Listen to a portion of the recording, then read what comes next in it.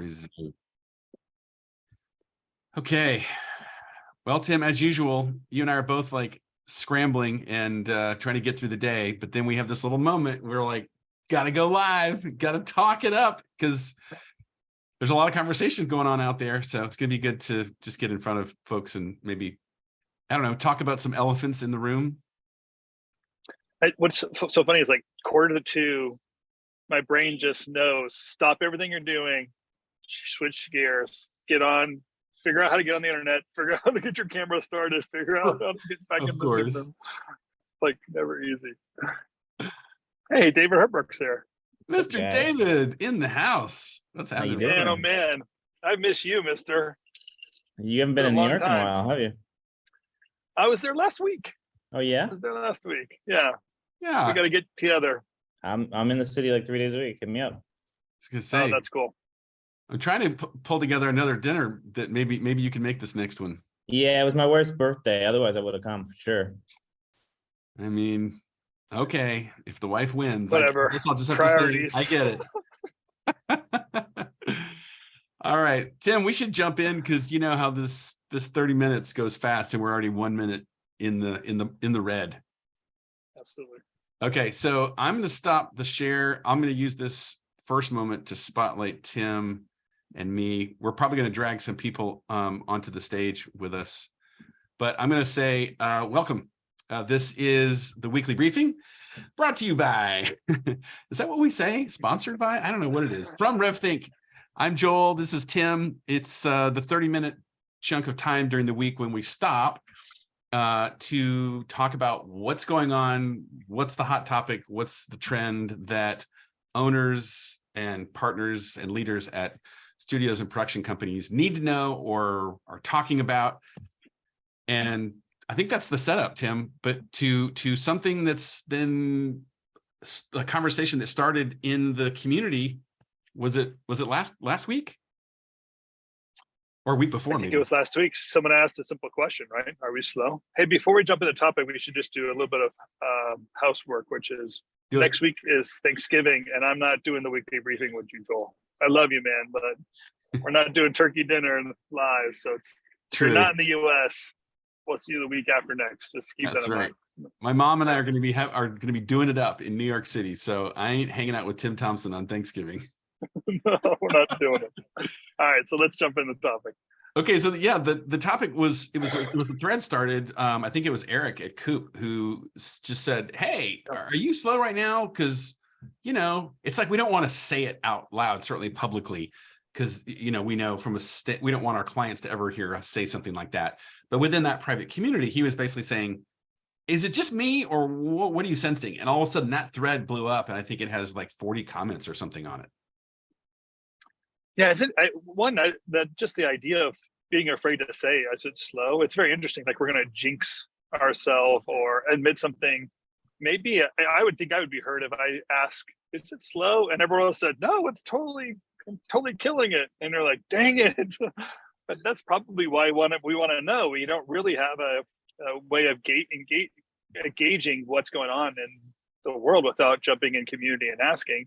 Yeah. And that's why we have community, and that's why it's other business owners that you can ask those questions. It's not clients, it's not your vendors, it's not your freelancers. You can ask the questions and get honest feedback. And that's what Eric did. And people had a real conversation, didn't they? They started talking it up and not just admitting that it is slow, but trying to explain how long it's been that way or what their theories are, or just even small experiences of, yeah, I had a project, it was taken away from me. We've kind of heard the whole spectrum there. So traditionally, Q4 is the biggest quarter of the year for most of the companies that we work with. So it is a bit of like, wait, what is going on? Now that said, I would say there's still a segment. I know some of our clients were checking in with me today, like, wait a minute, what is this that you and Tim are talking about? Because we're crazy busy. And I'm like, well, good for you. Yes, you're welcome. That's awesome. But be thankful. That seems to be the exception though right now. Like I was telling, it feels like about 3 out of 4 shops are saying, hey, this isn't the Q4 we were expecting. And it's not like the Q4s we've experienced before. What's going on? And the phrase I shared with somebody yesterday was, I think what I've noticed is it feels like corporate America and maybe the world was on this incredible tear, and they were throwing money at all their problems as the pandemic was winding down, and we had people having record year and then another record year. And it feels like in the last maybe 3 months ago, I felt this sense of the spenders started taking their foot off the gas. But then about a month ago, it was like all of a sudden I hear, oh, they hit the brakes. Oh, they hit the brakes. Oh, they hit the brakes. So it was like Amazon said this, and I'm catching anecdotes here and there. And then Meta, and then, Twitter, and on and on. And it's like, for the people that are in tech, for sure, but I think it's not just tech. So we're just asking the question, is there enough anecdotal information that we could call this a trend?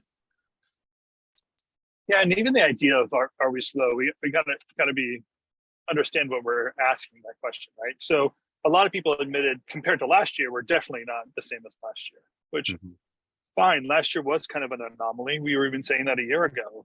Hey, be careful that this isn't your new normal, thinking that you are now a $20 million company when you're really a $10 million company. Like, that doesn't, just be aware of how trends work, and for the economy to correct itself is a natural cause. But there's definitely something going on where, as you're saying, the spenders stopped spending and now are pulling back, doing layoffs. But that's not all bad news. You can look at global economic trends, see large corporations, even your clients, doing layoffs. And what that means is they're going to use you even more. Because if you think about it just on a microcosm, if your business was slowing down, you kind of get rid of the heavy weight. You might cut back on employees, recognizing that's a constant burn, and lean more towards freelancers to give you that flexibility. Large corporations are doing the same thing. We can't have this constant burn rate. We're looking at our numbers and having to perform for Wall Street. We got to show that we're doing some actions, but the work still needs to get done. Yeah. So these corporations basically give the projects to the outsourced company. But it's also going to be an indicator of how the engagement's going to go. Because if these corporations give you the project, they're really passing the debt on to you temporarily, and they're going to change the payment terms to you, and they're going to change how they work with you and engage you, because they don't have to pay their employee every other week. They give you a check, in 90 days. Yeah. So that's the way the trend's going to go. You have to be aware of that and get yourself ready for that trend, cash position, cash flow projections, and that kind of work. So a couple of days ago, we did a Rev Thoughts episode on the Rev Thinking podcast, and we were basically asking the question, well, how would you know? Like, how do you know if it sounds silly, but how would you know if you're slow? And we sort of talked that through, and then we started to just suggest, okay, now what are we going to do about it? And we only went into it in a very surface level. So I don't think we need to cover that ground. If you want to hear that, just go listen to that podcast. But let's just, Tim, for the sake of discussion, let's say that everyone listening to this is to some degree or another experiencing, okay, things I guess are slow. Don't know if it's a recession or not. What was your line about a strong company or weak economy, strong company? Which one wins? Yeah, when a strong company meets a weak economy, the economy always wins. Yep. Right. So what would be this, like, your recommendation for if I'm an owner and I'm saying, okay, it's looking like it's not going to be the fourth quarter I was expecting. This may genuinely be like a slowdown. What should I start thinking about? What are the questions I need to start asking? Well, no matter what, we have to put the line in the sand somewhere, right? We have to recognize who we are as a business and how our business needs to function, how we keep it going. And the term I use is viable. Like, how do you always keep your expenses less than your revenue, right? That's the overall goal you're working. It's not that you can't have seasonality of, ups and downs. That's not what I'm saying. I'm just saying that when you put the line in the sand, you kind of know when you cross it and things need to change. The way to determine the line in the sand, we use the factors report. We're projecting out our direct expenses and our indirect expenses for a 12-month period. And at this point, I would be running 2 or 3 scenarios with my clients. Hey, what if what if it's really bad? What if we're the same as last year? What if we're a little bit better? And kind of mentally preparing ourselves for those possibilities, but also like projecting out those possibilities. to be able to project those out allows us to see those lines. And then when reality starts to come at us in 2023, you've actually premeditated all those decisions and we can just act them out. But to know that line, if you don't have it, you'll find yourself a few $100,000 in the hole before you are reacting because you burned through all of your cash and burned through your credit, and then you call revThink. Like, it's a little too late. Like, not that we don't take those calls and we help people all the time, but we're trying to be proactive and keep people in front of the curve, and knowing where that line is and how to manage it. Man, again, this is some of my big regrets, right? When I think back to the days I was in the business, and what I'll just encourage everyone here to think about is, I know, like, this boom that we've been on, it lasted for more than a year. It lasted for almost 2 years, maybe, for some of us.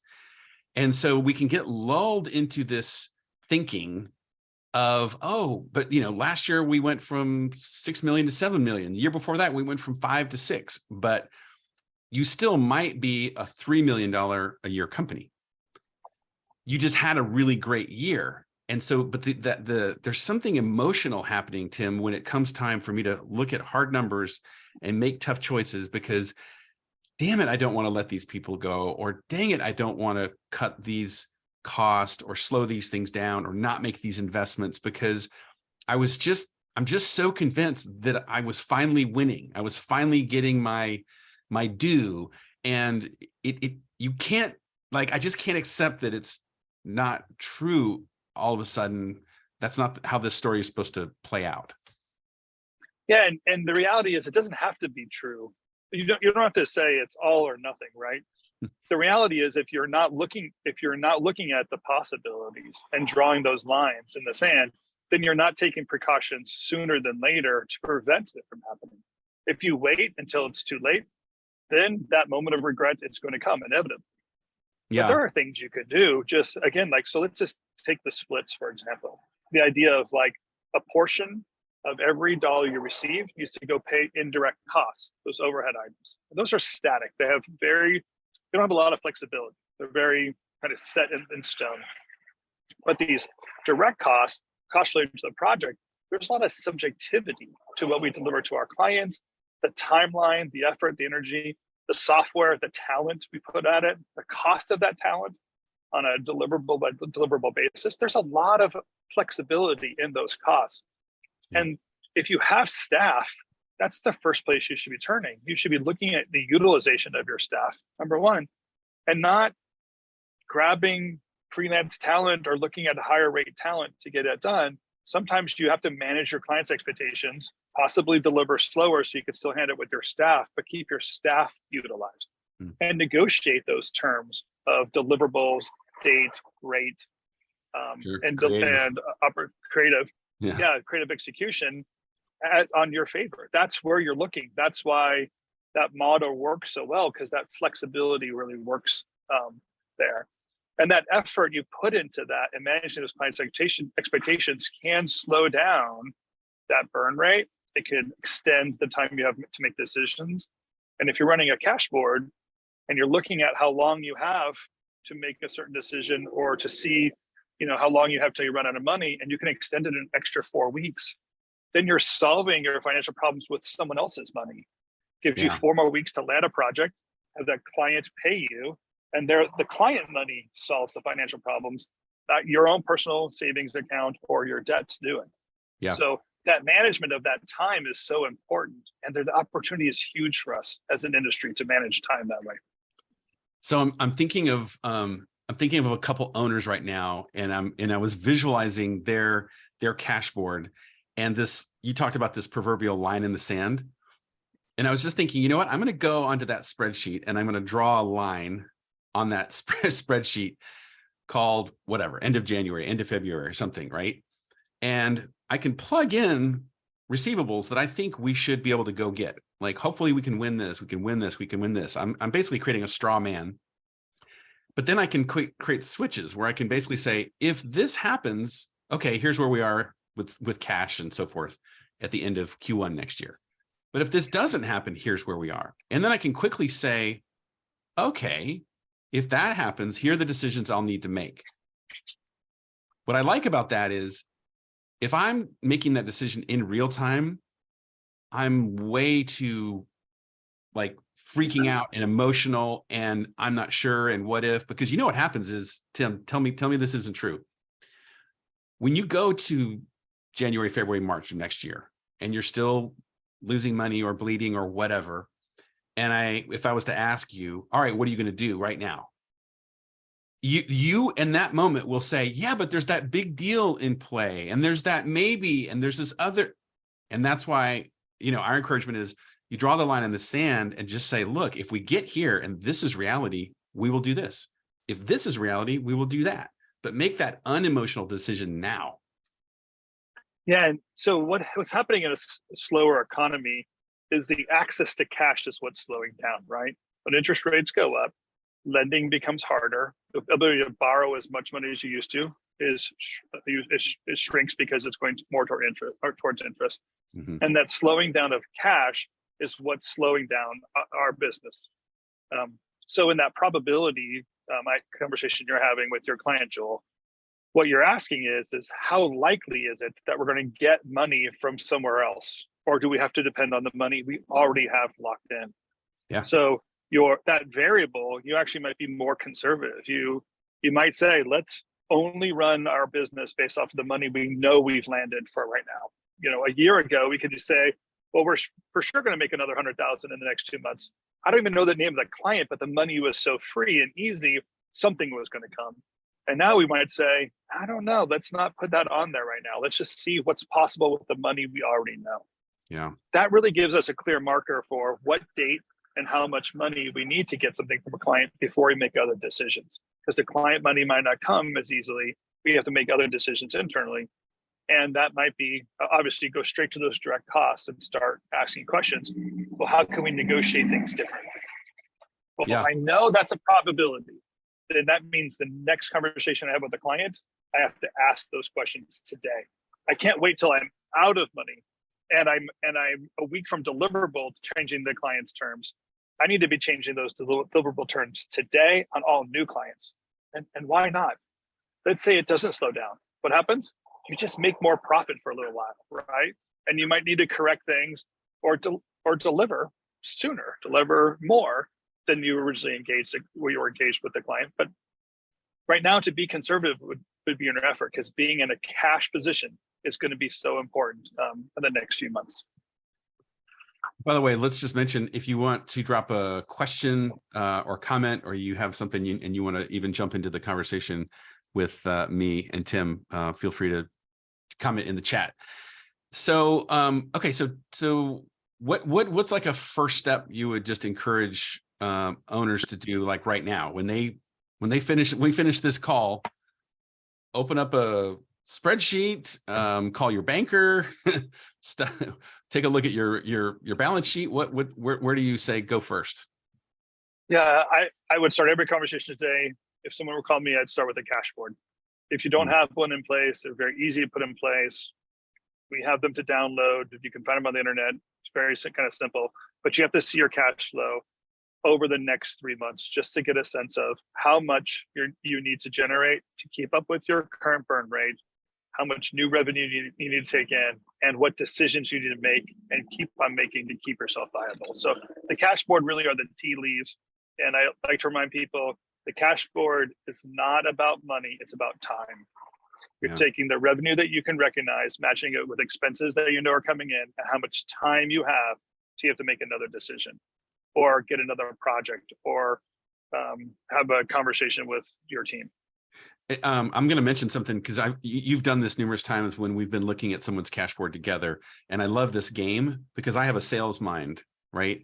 And that is, on a cash board, it's amazing how instead of telling your salesperson, just go get me a bunch of big projects, like go, go, go, go. And that person is like, I don't know, whatever. I'm just going to try and get big projects, whatever that means. A cash board is the thing that says, hey, in 6 weeks, I need $30,000. And then in 9 weeks, I need 80. Can you get me that? And the sales mind says, oh, I know 5 people I could call that could give me 30 in that amount of time. So instead of this ambiguous thing, you're giving somebody very like in this amount of time, I need you to plug this. We call it the bingo card, right? Like I need B72 or whatever the thing is. And that's another beauty of like when you get into a real situation where you're kind of like, hey, we need to be cash flow positive around this time. That makes it very actionable. I can do something with that. And it makes the communication clear between you and your sales team or your team's effort, right? If you understand the types of engagements that you're familiar with and how much money you can make, how much margin you make on those projects, you can identify which projects are best to go after now and get a sense of, hey, you know, we need 4 of those. Are we going to get 3, or is it easy to get 6 of, you know, $6 $50,000 animation projects? Yep. That makes the communication so much simple. We can read each other's mind in a way and understand what the problems we're trying to solve together. It's a great way of collaborating. You know, after getting the go ahead. Yeah, I was just going to say, finish your point because I have a bit of a little misdirect or redirect. Yeah, I was just going to say, after getting that cash board in place and looking at the revenue projections you're talking about, Joel, the next question you have to ask is where is our money being spent and how can we control that money? And you're going to see most of your money going right to the top line in your accounts payable. It's where your most dynamic expenses are. It's really the expenses that match revenue. They're almost 1-to-1, right? So every time I get a project, I have to spend money to keep that project going. But now you can work with your team and saying, let's talk about production. Let's talk about the systems, talk about how we make decisions on what the resources look like. And from what we heard, and one of the indicators we have that things are going slow is the talent base is changing. Yeah. There are people available that weren't usually available, haven't been available for a couple of years. They're more readily available now, which means they're not being taken away or over-engaged or being held like they used to. That indication of something slow means that you have an opportunity to also adjust your engagements with your freelancers and understand who's available. Maybe even work around projects with a couple of key people in mind. Instead of pitching projects, getting them awarded, the client has plenty of money, so they'll pay anything, and then going to find the talent that matches the project need. You might be looking at your team first and saying, what can my team accomplish?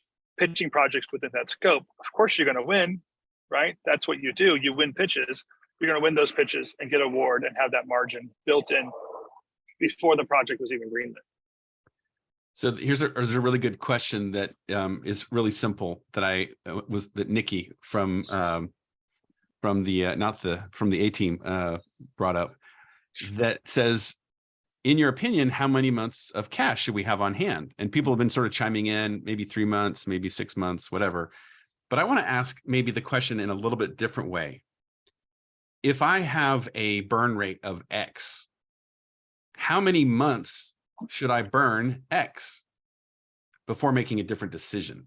Because I think there's a psychology there that's like, well, if I've got $1 million in the bank and it only costs me $10,000 or something to, burn rate, well, then I can spend 3 months worth and I'm okay. But then what? So you see the nuance of what I'm asking?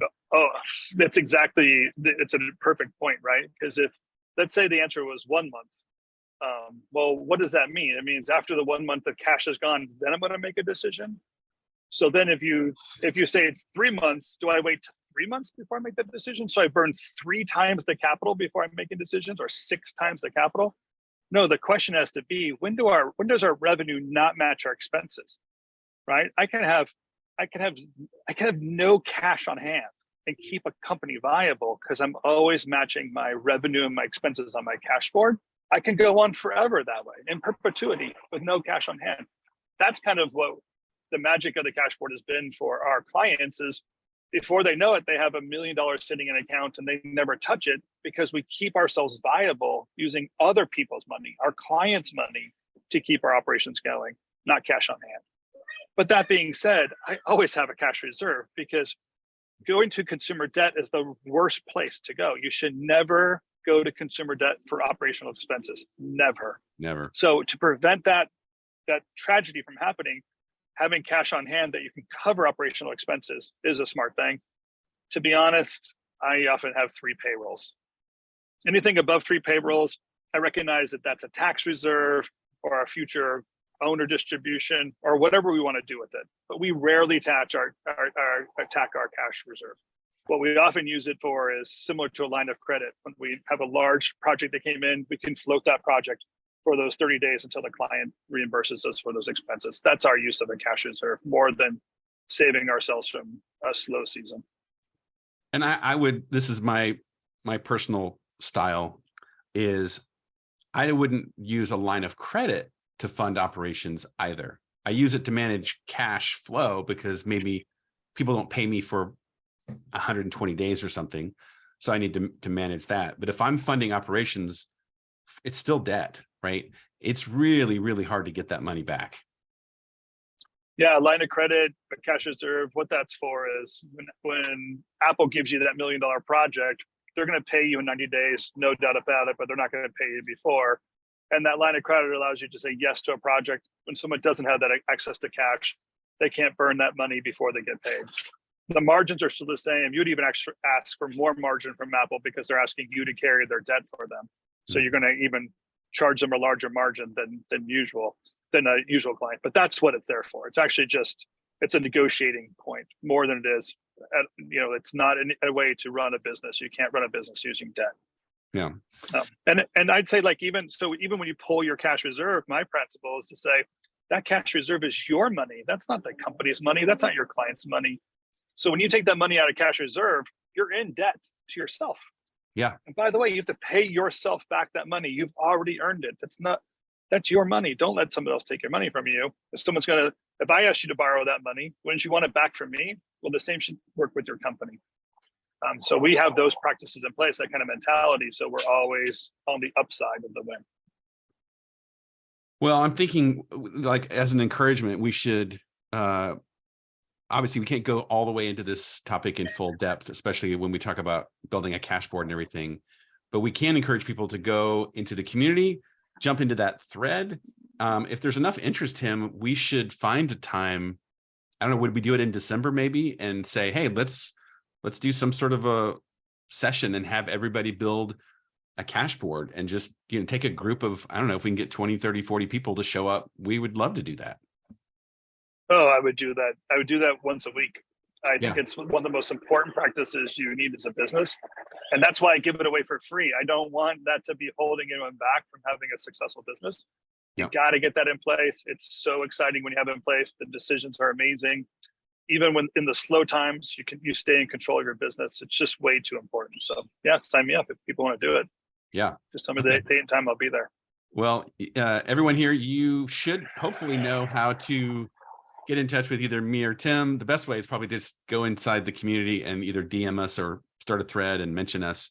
But Tim, I think that'd be really cool, because I know what's going to happen is towards the end of the year, people start to reflect on what does this year mean and what do I want next year to be about. And so when we start doing all this goal setting stuff that we do, and it's group format things that we did last January, it was really cool to talk about goals, but then to actually build a factors report or set of projections for how are those goals going to be like executed or created as a series of lines and items and numbers on a sheet. And then as it plays out, we can say once a quarter, is it happening or is it not? And we already made those decisions in the past, so we can make them and keep the company going and be strong.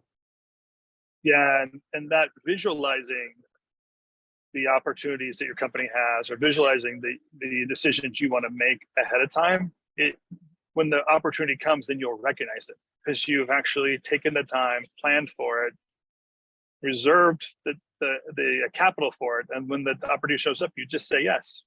Of course, we can hire the creative director this month. We've been waiting for you to show up, right? Instead of always being reactionary and questioning and wondering. We get out of that doubt cycle and get into decision making and growth cycles that way. Yep. Well, we are about out of time. I appreciate the comments. It's good to see many familiar faces here, some old friends. I'm in New York, so if anybody wants to connect with me over the next few weeks, hit me up. But for the rest of you, we invite you to go into revCommunity.